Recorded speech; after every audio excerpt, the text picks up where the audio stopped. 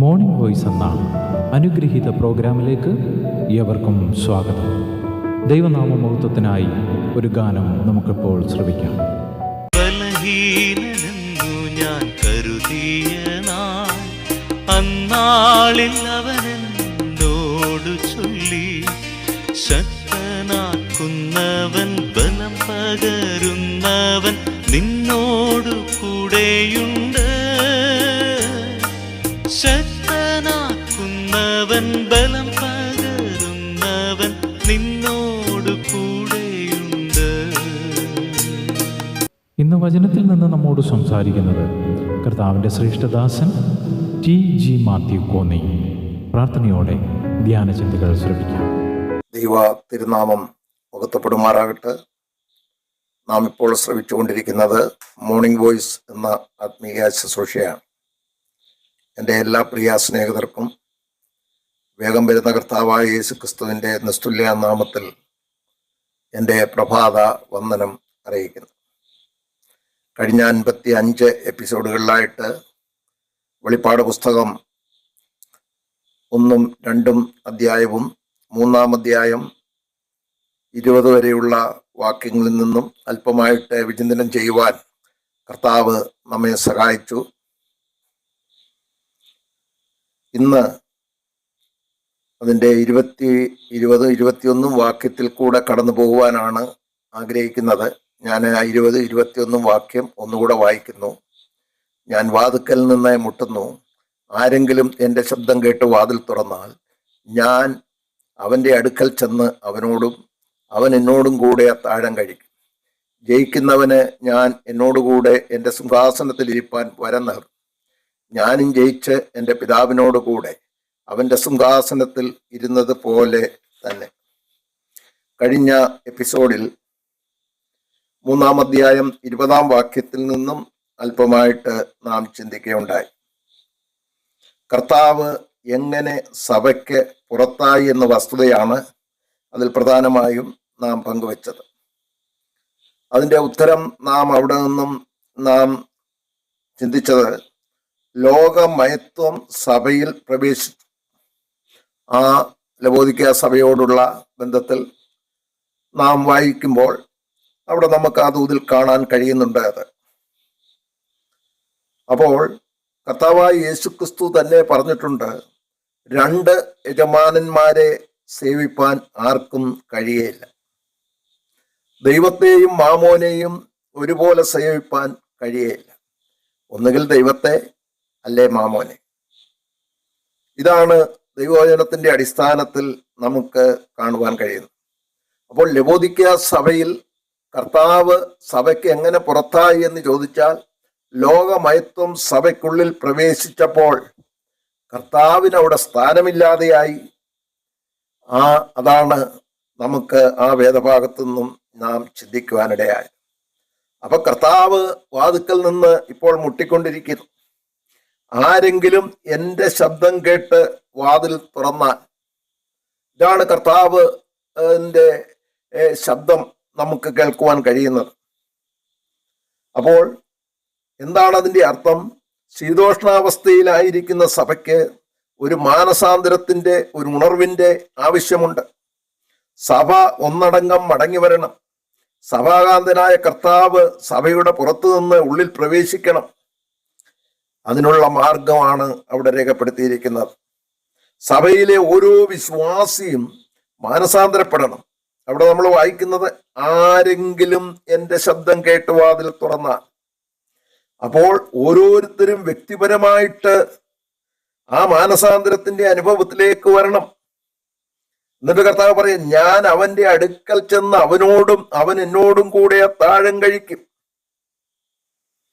പ്രിയപ്പെട്ടവരെ, ഇതിൽ നിന്നും നാം മനസ്സിലാക്കിയിരിക്കേണ്ട ഒരു കാര്യം, ഇവിടെ സഭയിലുള്ള ഓരോ വിശ്വാസിക്കും മാനസാന്തരവും മടങ്ങിവരവും ആവശ്യമുണ്ട് എന്നുള്ളത് ദൈവവചനത്തിൽ കൂടെ നാം തിരിച്ചറിയേണ്ടത് ആവശ്യമാണ്. ഇവിടെ നിന്നും മറ്റൊരു വസ്തുത നാം മനസ്സിലാക്കേണ്ടത്, കർത്താവ് തൻ്റെ ജനത്തെ തള്ളിക്കളഞ്ഞിട്ടില്ല. അവർക്കൊരു പ്രതീക്ഷയുണ്ട്. അവിടെ നമ്മൾ വായിച്ചത്, ആരെങ്കിലും എൻ്റെ ശബ്ദം കേട്ട് വാതിൽ തുറന്നാൽ ഞാൻ അവനോടും അവൻ എന്നോടും കൂടെ അത്താഴം കഴിക്കും. അപ്പോൾ സഭയ്ക്കൊരു പ്രതീക്ഷയുണ്ട്. അവർക്കൊരു മാനസാന്തരത്തിന്റെ അനുഭവം ഉണ്ടായി അവർ മടങ്ങി വരണം. ഇന്നും വിശ്വാസ സമൂഹത്തോട് കർത്താവിന് പറയുവാനുള്ളത് ഇത് ഒന്ന് മാത്രമാണ്. ആരെങ്കിലും എൻ്റെ ശബ്ദം കേട്ട് വാതിൽ തുറന്നാൽ ഞാൻ അവനോടും അവൻ എന്നോടും കൂടെ അത്താഴം കഴിക്കും.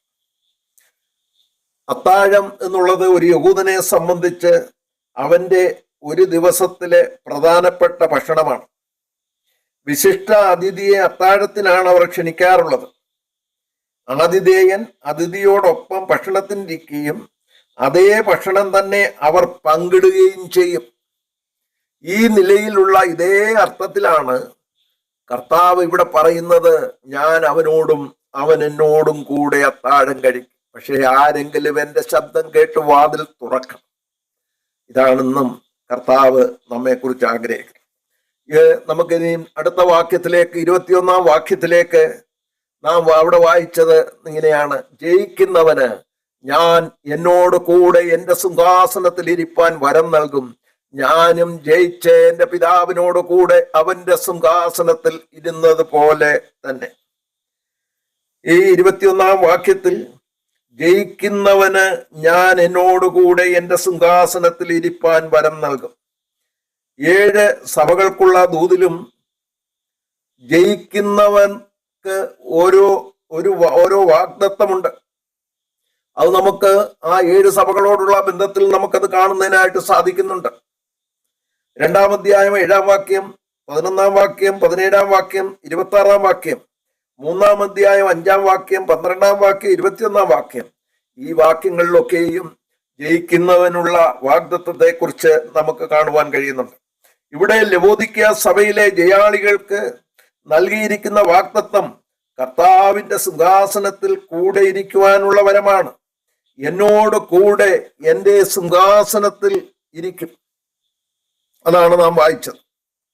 ഇത് കർത്താവായ യേശു ക്രിസ്തു ഈ ഭൂമിയിൽ താൻ 1000 ആണ്ട് വാഴുന്ന ആ വാഴ്ചയോ ആ സിംഹാസനത്തെയോ കുറിച്ചല്ല ഇവിടെ പ്രതിപാദിച്ചിരിക്കുന്നത്. ഇവിടെ കർത്താവ് പറയുന്ന ആ വാക്യം, ആ സഭാകാന്തൻ അവിടെ പറയുന്നതായ ആ ഭാഗം നാം പ്രത്യേകവും ശ്രദ്ധിക്കേണ്ടത് ആവശ്യമുണ്ട്. ഞാനും ജയിച്ച് എൻ്റെ പിതാവിനോട് കൂടെ അവന്റെ സിംഹാസനത്തിൽ ഇരുന്നത് പോലെ തന്നെ. ഇതാണ് ജയാളികളായ വിശ്വാസികൾക്കുള്ള ഉറപ്പ്. കർത്താവായ യേശു ക്രിസ്തു മരണത്തെ ജയിച്ചുയർത്തെഴുന്നേറ്റ് സ്വർഗാരോഹണം ചെയ്ത് പിതാവായ ദൈവത്തിന്റെ വലത്തുഭാഗത്ത് ഇരുത്തപ്പെടുകയുണ്ടായി. അതുപോലെ നമുക്കും കർത്താവിന്റെ സിംഹാസനത്തിൽ ഇരിക്കുവാനുള്ള സൗഭാഗ്യം ശേഷിച്ചിട്ടുണ്ട്. ഇത് ജയാളികൾക്കുള്ള ഒരു പ്രത്യേക പദവിയാണ്. നമുക്കറിയാം, നമ്മുടെ കർത്താവ് ഈ ലോകത്തിൽ തന്റെ ജനനം മുതൽ അനേക കഷ്ടങ്ങളിൽ കൂടെ കടന്നുപോയ വ്യക്തിത്വമാണ് നമ്മുടെ കർത്താവ്. തൻ്റെ ജീവിതത്തില്, തൻ്റെ ജനനത്തില്, തൻ്റെ ജീവിതത്തില്, തൻ്റെ മരണത്തില് താൻ അനേക കഷ്ടങ്ങളിൽ കൂടെ കടന്നുപോയി. എന്തിനു വേണ്ടി? ആ കല്ലറയിൽ അടക്കിയപ്പോൾ തന്നെ താൻ ഉയർത്തെഴുന്നേൽക്കുമെന്നുള്ള ദൈവത്തിന്റെ വചനത്തിന്റെ അടിസ്ഥാനത്തിൽ അവർ ഉയർത്തെഴുന്നേൽക്കാതിരിക്കുവാൻ ഈ ലോകശക്തികൾ വേണ്ടതെല്ലാം ചെയ്തു. അത് നമുക്കവിടെ കാണാൻ കഴിയുന്നു. എന്നാൽ നമ്മുടെ കർത്താവ് അതിനെ അതിജീവിച്ച് ഉയർത്തെഴുന്നേറ്റ് സ്വർഗാരോഹണം ചെയ്ത് ഇന്ന് പിതാവിന്റെ വലത്ത് ഭാഗത്ത് നമുക്ക് വേണ്ടി ഇരിക്കുകയാണ്. താൻ അവിടെ ആ സിംഹാസനസ്ഥൻ ആയിരിക്കുകയാണ്. അതാണ് ദൈവവചനത്തിൽ ഓർക്കുവാനുള്ളത്. പ്രിയപ്പെട്ടവരെ, സിംഹാസനം വെറും ഈസി ആയിട്ടുള്ള ഒരു കാര്യമല്ല. അതിന്റെ പിന്നിൽ ക്രിസ്തീയ ജീവിതത്തിൽ കഷ്ടതയുണ്ട്. യോഹന്നാന്റെ സുവിശേഷം 16-ാം അധ്യായം 33-ാം വാക്യം നാം പലപ്പോഴും ഓർക്കാറുള്ളതാണ്. ലോകത്തിൽ നിങ്ങൾക്ക് കഷ്ടമുണ്ട്, എങ്കിലും ധൈര്യപ്പെടുവീൻ, ഞാൻ ലോകത്തെ ജയിച്ചിരിക്കുന്നു എന്ന് കർത്താവ് പറയുകയുണ്ടായി. അപ്പോൾ വിശ്വാസികളെ സംബന്ധിച്ച് അവർക്കും ഈ ലോകത്തിൽ കഷ്ടമുണ്ട്. എന്നാൽ ധൈര്യപ്പെടണം,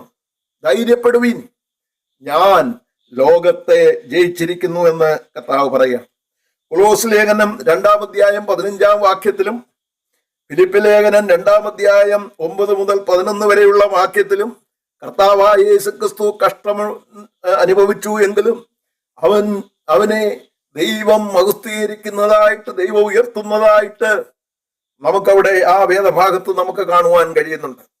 അപ്പോൾ വിശ്വാസികളായ നമ്മെ സംബന്ധിച്ചും എഫേസ് ലേഖനം 6-ാം അധ്യായം 12-ാം വാക്യം നമുക്കും അവിടെ നമ്മോടുള്ള ബന്ധത്തിലും രേഖപ്പെടുത്തിയിരിക്കുന്നത് നമുക്ക് പോരാട്ടമുണ്ട്. നമുക്ക് പോരാട്ടമുള്ളത് ജഡരക്തങ്ങളോടല്ല, വാഴ്ചകളോടും അധികാരങ്ങളോടും ഈ അന്ധകാരത്തിന്റെ ലോകാധിപതികളോടും ആകാശമണ്ഡലത്തിലെ ദുഷ്ടാത്മാ സേനയോടും അത്രേ എന്ന് കാണുന്നതിനായിട്ട് സാധിക്കുന്നുണ്ട്. അപ്പോൾ നമുക്കും കഷ്ടമുണ്ട്, പോരാട്ടമുണ്ട്. റോമാലേഖനം 8-ാം അധ്യായം 37-ാം വാക്യം നാമോ നമ്മെ സ്നേഹിച്ചവൻ മുഖാന്തരം ഇതിലൊക്കെയും പൂർണ്ണ ജയം പ്രാപിക്കുന്നു. ഏതിലൊക്കെയും?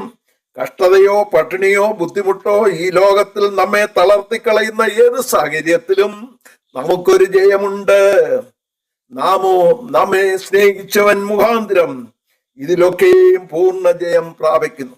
2 തിമോത്തി 2:11 നാം ഇങ്ങനെ വായിക്കുന്നു, നാം അവനോട് കൂടെ മരിച്ചു എങ്കിൽ കൂടെ ജീവിക്കും, സഹിക്കുന്നു എങ്കിൽ കൂടെ വാഴും, സഹിക്കുന്നു എങ്കിൽ കൂടെ വാഴും. ഇത് ജയാളികൾക്കുള്ള ഒരു പ്രത്യേക പദവിയാണ്.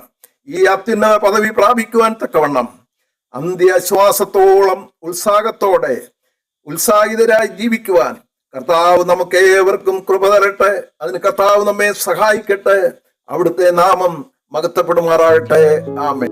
ഇതുവരെ ഞങ്ങളെ ശ്രദ്ധിച്ച എല്ലാവർക്കും വീണ്ടും വരുന്ന കർത്താവിൻ്റെ വിശുദ്ധമായ യേശുക്രിസ്തുവിൻ്റെ നാമത്തിൽ ഞങ്ങളുടെ സ്നേഹവന്ദനം അറിയിക്കുന്നു. കർത്താവ് നമ്മളെല്ലാവരെയും അനുഗ്രഹിക്കുമാറാകട്ടെ. ആമേൻ. സ്നേഹിതരില്ലെന്നു കരുതിയ നാൾ അന്നാളിൽ അവനെന്നോടു ചൊല്ലി, നിത്യമാം സ്നേഹത്താൽ നിന്നെ സ്നേഹിക്കുന്നോൻ നിന്നോട് കൂടെയുണ്ട്. നിത്യമാം സ്നേഹത്താൽ നിന്നെ സ്നേഹിക്കുന്നോൻ നിന്നോട് കൂടെയുണ്ട്.